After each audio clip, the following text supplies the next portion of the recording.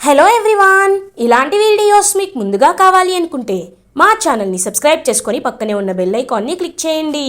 Upcoming రివ్యూలోకి వెళ్ళిపోదాం.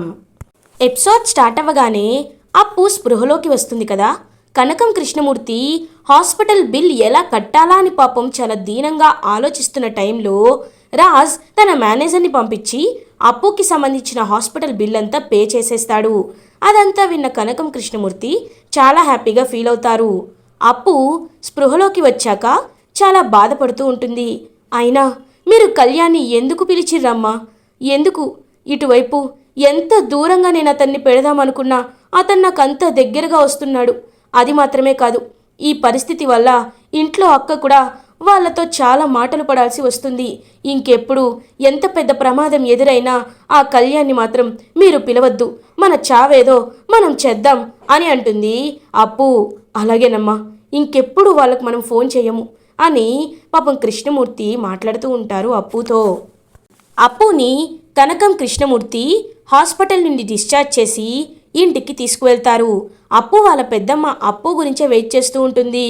అప్పు వచ్చేసావా అని పాపం అప్పుని చాలా ప్రేమగా చూసుకుంటూ ఉంటారు. అయినా మన దురదృష్టం ఏంటే ఇలా ఉంది, అప్పుకి యాక్సిడెంట్ అవ్వడం ఏంటి కనకం అని అంటారు అప్పు వాళ్ళ పెద్దమ్మ. నాకు అదే అర్థం కావటం లేదక్క.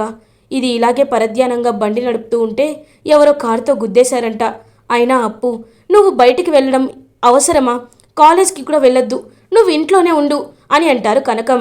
లేమ్మా, నేను ఇంట్లో ఉండను, నేను ఖచ్చితంగా బయటికి వెళ్ళాల్సిందే, కానీ కేవలం కాలేజ్కి మాత్రమే పోతా, సరేనా? ఈ గాయం నయమయ్యాక నేను ఇంకా ఎవరి జోలికి వెళ్ళను అని అప్పు కనకంకి మాటిస్తుంది. ఇది ఇలా ఉండగా కావ్య తన వర్క్ చేసుకుంటూ ఉంటుంది. అప్పుడే ఇంకా అన్ని అరేంజ్మెంట్స్ చేయడానికైతే కావ్య అన్నిటినీ ఇంకా అరేంజ్ చేస్తూ ఉంటుంది. ధాన్యలక్ష్మి అలా ఇంకా చూస్తూ ఉంటుంది కోపంగా కావ్య వైపు. రుద్రాని ధాన్యలక్ష్మి దగ్గరికి వస్తుంది. ఏంటి ధాన్యలక్ష్మి, అన్ని పనులు ఆ కావ్య అలా చేస్తూ ఉంటే గుడ్లప్పగించుకొని చూస్తున్నావు అని అంటుంది రుద్రాని. ఈ ఇంట్లో మన పాత్ర ఇక్కడి వరకే కదా రుద్రాని, కేవలం గుడ్లప్పగించి చూడడం వరకే, ఏది మాట్లాడినా అత్తయ్య గారు ఊరుకోరు కదా అని అంటుంది ధాన్యలక్ష్మి. అయినా ఇది నీ కొడుకుకి సంబంధించిన విషయం, ఇందులో నువ్వు మాట్లాడితేనే చాలా బాగుంటుంది అని అంటుంది రుద్రాని. ఏమంటున్నావు నువ్వు అని అడుగుతుంది ధాన్యలక్ష్మి. ఆ కావ్య మార్నింగ్ ఏం చేసిందో చూసావు కదా, కావాలనే దీపపు కుందని పడేసింది. పూజ ఆటంకం జరిగిపోయింది, ఏకంగా పూజే ఆగిపోయింది. ఇప్పుడు అలాగే ఈ పనుల్లో కూడా ఏదైనా కావాలని చేస్తే వాళ్ళ జీవితం నాశనమైపోతుంది కదా అని అంటుంది రుద్రాని. అవును నిజమే, నేను అంత దూరం ఆలోచించలేదు.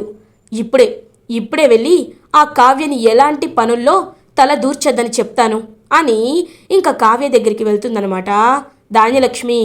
ఎస్, ఆపరేషన్ 1 పూర్తయింది, ఇప్పుడు ఆపరేషన్ అనామిక అని అనామిక దగ్గరికి వెళ్తుంది రుద్రాని. అనామిక అలా ఇంకా రెడీ అవుతూ ఉంటుంది. అప్పుడే అనామిక దగ్గరికి వెళ్తుందనమాట రుద్రాని. ఏంటి అనామిక, హ్యాపీగా ఉన్నావా అని అడుగుతుంది. ఎక్కడ హ్యాపీ ఆంటీ, అందరి ముందు ఏదో సైలెంట్గా ఉన్నాను, కళ్యాణ్ చేసిన పని నాకు నచ్చలేదు అని అంటుంది అనామిక. సరే, జరిగిపోయిన దాని గురించి పక్కన పెట్టు, జరిగే దాని గురించైనా నువ్వు ఆలోచించాలి కదా.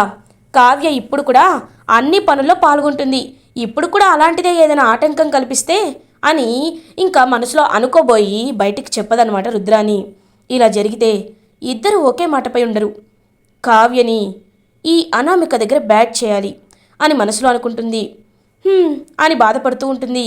ఏంటంటీ, ఎందుకు బాధపడుతున్నారు అని అడుగుతుంది అనామిక. ఏం చెప్పమంటావు, అసలు ఆ కావ్యకి నువ్వంటే ఎందుకంత అసూయో నాకు అర్థం కావట్లేదు అని అంటుంది రుద్రాని. ఏం మాట్లాడుతున్నారంటీ అని అంటుంది అనామిక. అవును, అన్ని పనులు మార్నింగ్ లేచినప్పటి నుండి రాత్రి నిద్రపోయేంత వరకు అన్ని పనులు ఒంటి చేస్తూ చేస్తుంది ఆ కావ్య. రోజు టిఫిన్ కానీ, కాఫీ కానీ, టీ కానీ, భోజనం కానీ అందరికీ చేసి పెడుతుంది. కానీ ఈరోజు మాత్రం నీకు సంబంధించిన పనిలో తను అసలు పాల్గొనట్లేదు, పాల్గొననని కూడా అనుకున్నట్టుంది అని అంటుంది రుద్రాని. అంటే మీరు అంటుంది అని అంటుంది.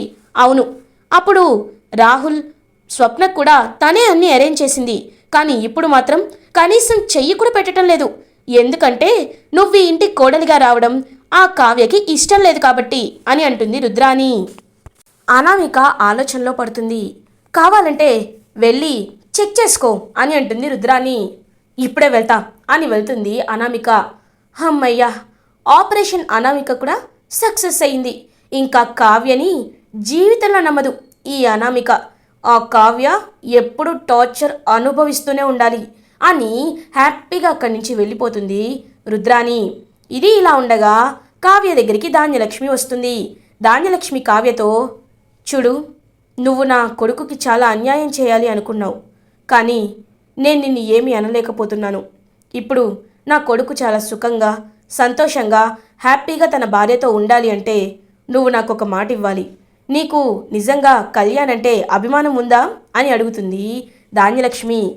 చిన్నత్తయ్య గారు, నేను ఎప్పుడూ ఒకేలా ఉన్నాను. నాకు కళ్యాణ్ గారంటే చాలా అభిమానం. నా చెల్లిని వాళ్ళ కాపాడిన ఆపద్ బాంధవురు. అలాంటిది నేను కళ్యాణ్ గారి గురించి ఏదైనా చేస్తాను అని అంటుంది కావ్య. అయితే నువ్వు కళ్యాణ్ అనామికకి చేసే అరేంజ్మెంట్స్లో వేలు పెట్టకూడదు, అసలు వాటి జోలికే వెళ్ళకూడదు. ఇలా నాకు మాటిస్తేనే బాగుంటుంది. నేను మాట తీసుకుంటున్నాను, చెప్పు, కళ్యాణ్ అనామిక అరేంజ్మెంట్స్లో నువ్వు జోలికి వెళ్ళకూడదు అని చెప్పి మాట తీసుకుంటుంది ధాన్యలక్ష్మి. సరే అత్తయ్య గారు, నేను వాటి జోలికి వెళ్ళను. నేను ఏ పని వాళ్ళకి సంబంధించిన పని చేయను అని చెప్పి ఇంక బాధపడుతూ అక్కడి నుంచి వెళ్ళిపోతుందనమాట కావ్య. అమ్మయ్యా అని ధాన్యలక్ష్మి అనుకుంటుంది. ఇంకా హాల్లోకి వచ్చిన కావ్య ఏ పని చేయకుండా ఉంటుంది. ఇంకా పనులన్నీ రాజ్కి రాహుల్కి వీళ్ళకి అప్పచెప్తుందన్నమాట. అప్పుడే అక్కడికి వచ్చిన అనామిక అదంతా గమనిస్తూ ఉంటుంది. స్వప్న, కావ్య రా, నువ్వు కూడా ఒక వర్క్ చేయని చెప్పి అడుగుతూ ఉంటుంది. లేదక్క, నాకు వేరే పనుంది అని వెళ్ళిపోతూ ఆ పనులు మాత్రం చేయకుండా తప్పించుకుంటూ ఉంటుంది కావ్య. నిజమే, రుద్రాని ఆంటీ చెప్పింది 100% నిజం. ఈ కావ్యకి నేనంటే ఇష్టం లేదు. నేను కళ్యాణ్తో సంతోషంగా ఉండడం ఇష్టం లేదు. అందుకే తను అసలు ఏ పని పాల్గొనటం లేదు. ఎందుకు ఇంత అసూయ అని చాలా ఇరిటేటింగ్గా ఫీల్ అవుతుంది అనామిక. కావ్య ఇంకా పాపం అక్కడ ఉండలేక తన బెడ్రూమ్లోకి వచ్చేస్తుంది. చాలా బాధపడుతూ ఉంటుంది కావ్య. రాజ్ కావ్యని గమనిస్తూ ఉంటాడు. రాజ్ కూడా కావ్య వెనకాలే వస్తారు. కళావతి, ఏమైంది, ఎందుకంత డల్గా ఉన్నావు అని అడుగుతారు. ఏం లేదండి, కాస్త తలనొప్పిగా ఉంది అంతే అని అంటుంది కావ్య.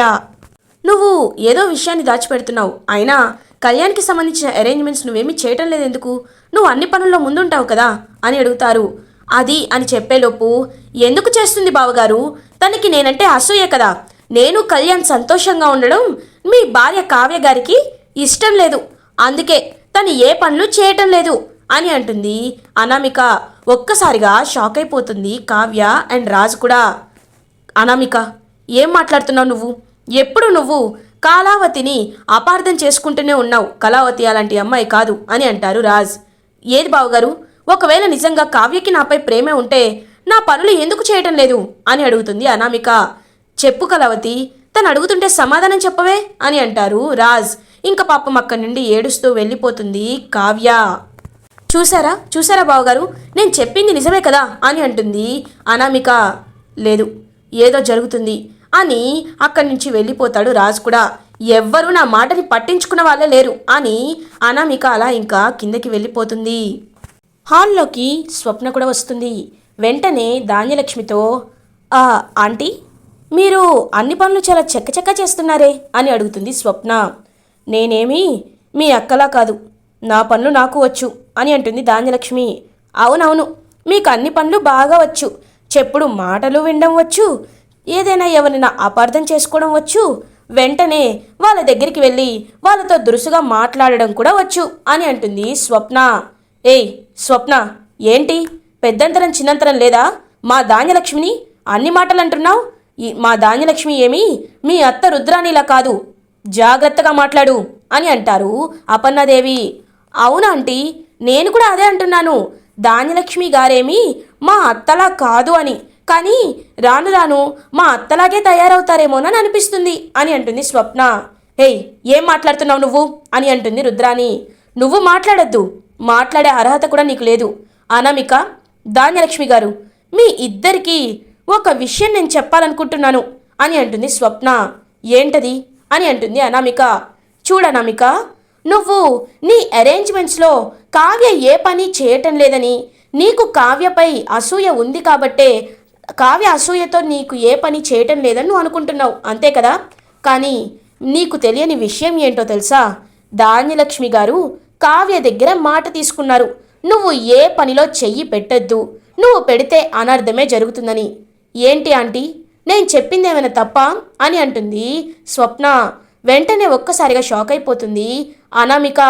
ధాన్యలక్ష్మి కూల్గా, అవును, కావ్య దగ్గర నేనే మాట తీసుకున్నాను, ఎందుకంటే నా కొడుకు కోడలు సంతోషంగా ఉండడానికే.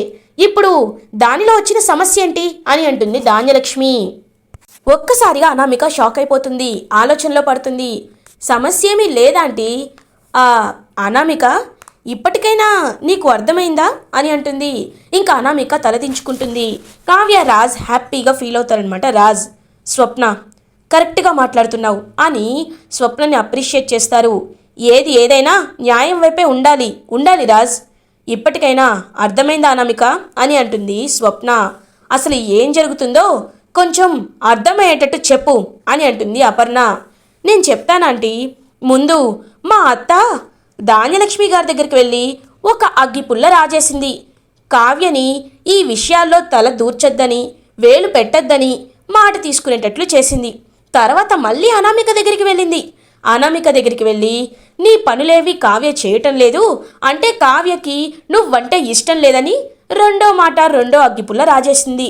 దీనంతటికీ కారణం నా అత్త రుద్రానే అని అంటుంది స్వప్న. రుద్రాని ఒక్కసారిగా షాక్ అయిపోతుంది. షటప్ రాస్కెల్, ఏం మాట్లాడుతున్నావే నువ్వు?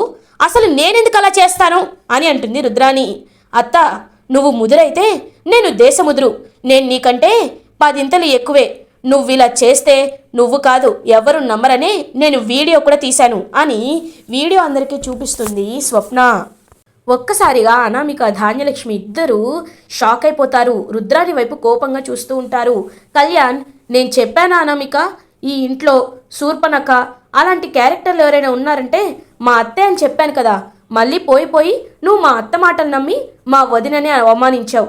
నువ్వు ముందు వెళ్ళి మా వదినకి సారీ చెప్పు అని అంటారు కళ్యాణ్. కావ్య ఒక్కసారిగా షాక్ అయిపోతుంది. కవిగారు, ఇప్పుడు అలాంటివేమీ వద్దు, అయినా ఇప్పుడు ఏం జరిగిందని అని అంటుంది కావ్య. లేదు వదిన, నిన్ను అనామిక అవమానించింది, నేను అదంతా విన్నాను. అనామిక, నిజమేంటో తెలిసింది కదా. అమ్మ, నిజాలేంటో అర్థమయ్యాయి కదా.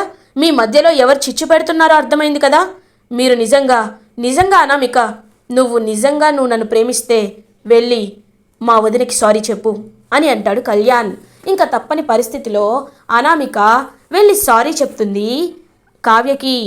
ఐఎమ్ సారీ కావ్య, ఏదో తెలియక నోరు జారాను అని అంటుంది అనామిక. నువ్వు నాకు సారీ చెప్పాలని నేను ఎప్పుడూ అనుకోలేదు. మంచిగా ఉంటే ఎప్పుడైనా ఎవరికైనా అర్థం చేసుకుంటారు. ముందు మీరు హ్యాపీగా ఉండాలి, ఇవేమీ మనసులో పెట్టుకోవద్దు. నువ్వు కవిగారు హ్యాపీగా ఉండి ఈ ఇంట్లో సుఖ సంతోషాలతో పిల్లా పాపలతో సంతోషంగా ఉండాలి అని అంటుంది కావ్య. ధాన్యలక్ష్మి కూడా సిగ్గు వేస్తుంది. వెంటనే ప్రకాశం, ఏంటి ధాన్యం, ఏంటి సిగ్గుపడుతున్నావు? నువ్వు కూడా సారీ చెప్తే బాగుంటుంది అని అంటారు ప్రకాశం. నేనా? సారీనా? అస్సలు చెప్పను అని అక్కడి నుండి వెళ్ళిపోతుంది ధాన్యలక్ష్మి. చిన్నమావయ్య గారు, ఎందుకు చిన్నత్తయ్య గారిని ఇబ్బంది పెడతారు? అయినా నాకు ఎవరి సారీలో అవసరం లేదు అని అంటుంది కావ్య. అవునులేమ్మా, నువ్వు చాలా మంచిదానివి కాబట్టి అందరూ నీపైన టార్గెట్ చేస్తున్నారు అని అంటారు ప్రకాశం రుద్రాని వైపు చూస్తూ. రుద్రాని అక్కడి నుంచి వెళ్ళిపోతుంది, ఇంకా తను దొంగగా దొరికిపోయినందుకు. స్వప్న రుద్రాని దగ్గరికి వెళ్తుంది. చూడత్తా, ఇంకొకసారి ఇలాంటి చెప్పుడు మాటలు చెప్పడాలు, అగ్గిపుల్ల రాచేయడాలు చేస్తే నేను అస్సలు ఊరుకోను. ఇప్పుడు కేవలం మాటలతోనే బయట పెట్టాను, కానీ ఇంకొకసారి ఇలా చేస్తే ఏం చేస్తానో నాకే తెలీదు అని అంటుంది స్వప్న. ఇంకా ఏం చేయలేక సైలెంట్గా ఉంటుందన్నమాట రుద్రాని. రాహుల్ అప్పుడే అక్కడికి వస్తాడు. మమ్మీ అని అంటాడు. ఒక్కటి చెంప మీద కొడుతుందన్నమాట రుద్రాని. రేయ్, ఏంటి నాకు ఈ టార్చర్ అని అంటుంది రుద్రాని. మమ్మీ, నువ్వు బాధపడడంలో అర్థం ఉంది, కానీ మనం ఏమీ చేయలేకపోతున్నాం మమ్మీ అని అంటాడు రాహుల్. లేదు, ముందో కావ్య సంగతి పక్కన పెడితే ఈ స్వప్నని ఏదో ఒకటి చేయాలి. ఏదో ఒకటి చేసే వరకు నేను నిద్రపోలేను అని గట్టిగా అరుస్తుంది రుద్రాని. మమ్మీ కూల్, ఏదో ఒకటి చేద్దాం, దాన్ని శాశ్వతంగా దూరం చేసుకుందాం. నువ్వు కంగారు పడద్దు మమ్మీ, నువ్వు వెళ్ళి హ్యాపీగా మందేస్తూ రిలాక్స్ అవ్వు అని అంటాడు రాహుల్. ఎస్, ఈ ఫ్రస్ట్రేషన్ పోవాలంటే నేను ఆల్కహాల్ తాగాల్సిందే అని తన రూమ్లోకి వెళ్ళిపోతుంది రుద్రాని. ఇంకా కళ్యాణ్ అనామిక కూడా హ్యాపీగా వాళ్ళ టైంని స్పెండ్ చేస్తూ ఉంటారు. రాజ్ మాత్రం కావ్య చాలా బాధపడుతుంది కాబట్టి కావ్య దగ్గరికి వచ్చి, కళావతి నువ్వేమీ బాధపడద్దు, నిన్ను వాళ్ళు అర్థం చేసుకునే రోజు వస్తుంది అని అంటారు రాజ్. ఏవండి, నేను అర్థం చేసుకునే రోజు గురించి కూడా ఆలోచించటం లేదు. నన్ను ఎవరు ఏమనుకున్నా పర్లేదు, కానీ అందరూ సంతోషంగా ఉండాలి, నాకు కావాల్సింది అది మాత్రమే అని చెప్పి ఇంకక్కడి నుంచి వెళ్ళిపోతుంది కావ్య. కళావతి అసలు ఎంత మంచమ్మాయి, తనని ఎంతమంది తిట్టినా ఎన్ని అవమానాలు చేసినా తను మాత్రం ఎదుటి వాళ్ళు మంచినే కోరుకుంటుంది. నిజంగా ఇలాంటి అమ్మాయి దొరకడం అదృష్టమే అని అంటారు రాజ్. అప్పుడే రాజ్ అంతరాత్మ మళ్ళీ బయటకు వస్తుంది. ఏరా, నేను నీకు ముందే చెప్పాను కదా అలాంటి అమ్మాయి దొరకడం నీ అదృష్టం అని. అప్పుడేమో కాదన్నావు, ఇప్పుడు అవునంటున్నావు కదా అని అంటాడు రాజ్ అంతరాత్మ.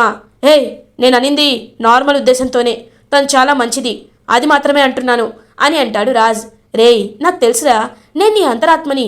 నువ్వు హ్యాపీగా కావ్య వైపు చూస్తున్నావు, కానీ నీ కళ్ళల్లో ప్రేమ కనబడుతుంది, అది నాకు మాత్రమే తెలుసురా ఈడియట్ అని అంటాడు రాజ్ అంతరాత్మ. నువ్వు ఎన్ని చెప్పినా తను నాకు మంచి భార్య అంతే అని అంటాడు రాజ్. అంతేలే, ముందు ఇలాగే అంటావు. ఫస్ట్ తన మొహం చూడ్డానికే ఇష్టం లేదన్నావు, తర్వాత తన మనసేంటో అర్థం చేసుకున్నావు, ఇప్పుడు తన బాధని పంచుకుంటున్నావు, తర్వాత తన ప్రేమను కూడా పంచుకుంటావులే, నువ్వేమీ బాధపడద్దు, నేనున్నాను కదా అని అంతరాత్మ మళ్ళీ మాయమైపోతాడు. రాజ్ కూడా అద్దంలో చూసుకుంటూ, నేను నిజంగా కళావతికి దగ్గరవుతున్నానా అని హ్యాపీగా ఫీల్ అవుతాడు రాజ్. కావ్య ఇంకా నిద్రపోవడానికి వాళ్ళ రూమ్కి వస్తుంది. కావ్య ఇంకా సైలెంట్గా నిద్రపోతూ ఉంటుంది. నిద్రపోతున్న కావ్య వైపు రాజ్ ప్రేమగా చూస్తూ ఉంటారు. ఇలా ఎపిసోడ్ ఎండ్ అవుతుంది. ఫర్దర్ ఎపిసోడ్ రివ్యూస్ ముందుగా మీకు కావాలి అనుకుంటే మా ఛానల్ని సబ్స్క్రైబ్ చేసుకోండి. Thanks for watching.